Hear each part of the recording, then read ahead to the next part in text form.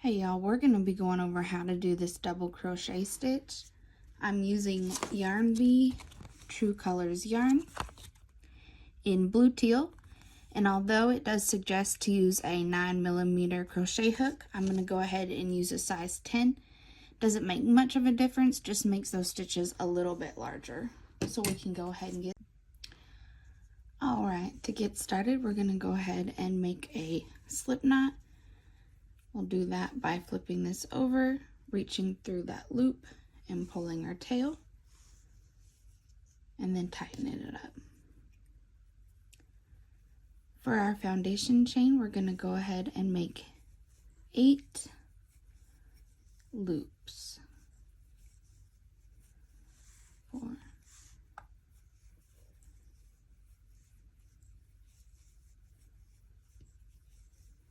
And then because this is a double crochet, we'll pinch this one and add 3 more for the turning.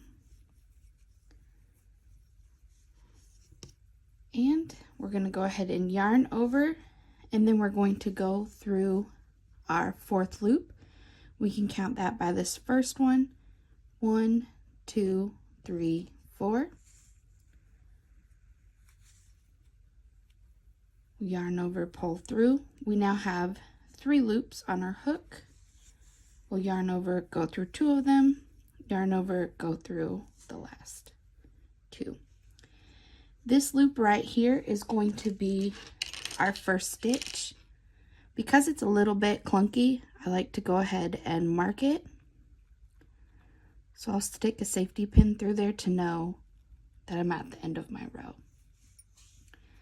Now to continue on, we're going to yarn over and go through that next stitch.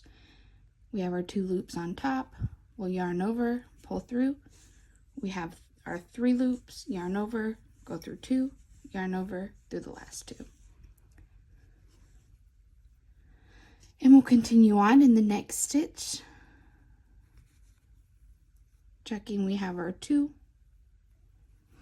yarn over, yarn over and through 2, yarn over through the last 2. Now I am making sure I go through the next stitch by looking at the bottom.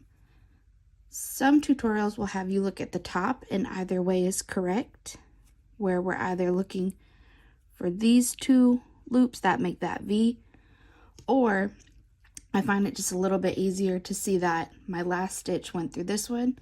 So I'm going to go through this next bottom loop. And then I check that I have my V on top.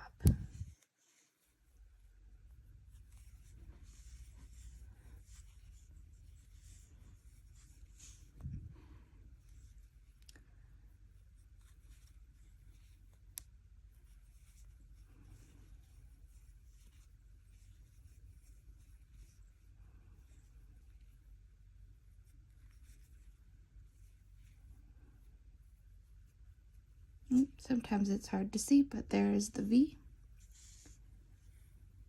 Yarn over, pull through, and our last 2. And then we have 2 more.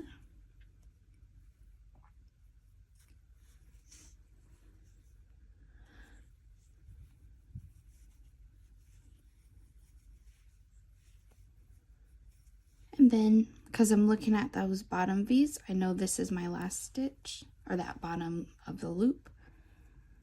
And it might be a little bit tighter because of that slip stitch.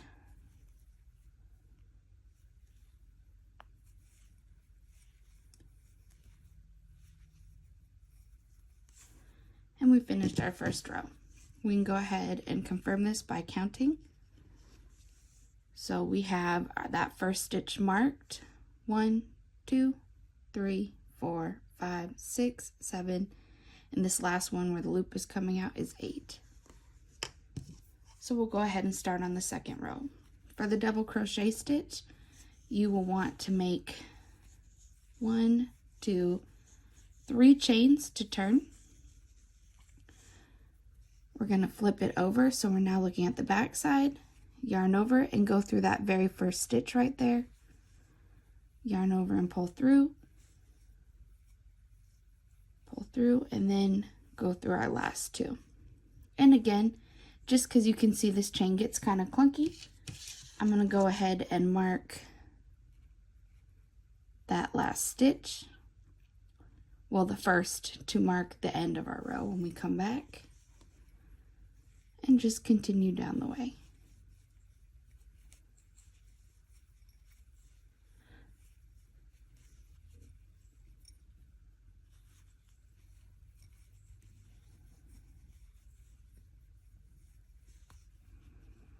So we'll yarn over. And now once we get to this second row, it gets a little bit easier to see where we're going because we are going through the back of these stitches. So we have these V's on the top and we're just pushing through this gap right here to get that V. So we'll yarn over, push through,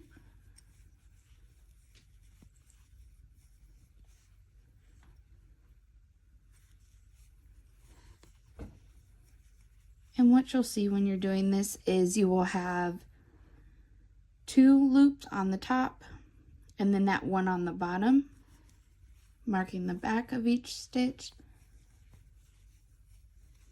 And so you just slide between there. Then we've come to this last stitch with the safety pin, so we know that this is where we'll be chaining and turning.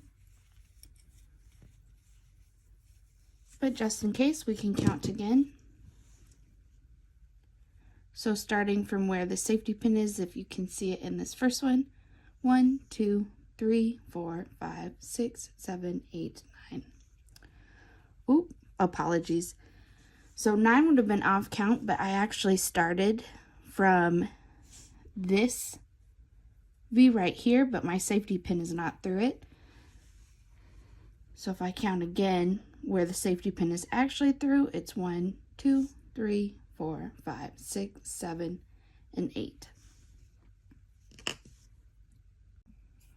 All right, I've added a few more rows and come to the end. So to finish this off, we're just going to snip the tail, pull through this loop, and tie this part off. And then using a tapestry needle, like this one, we'll go ahead and hide these ends.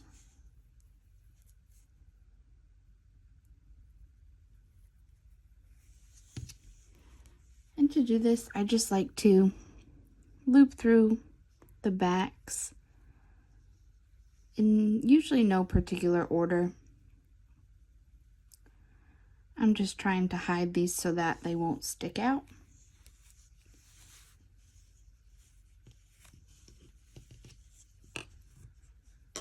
Make sure we straighten this back out a little bit.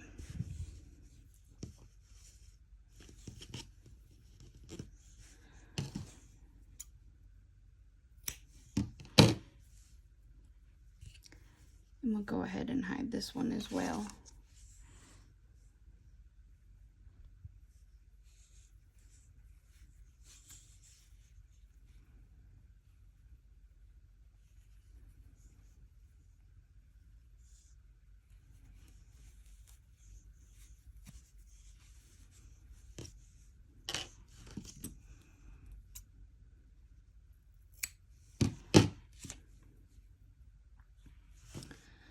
Alrighty, and we have our double crochet stitch.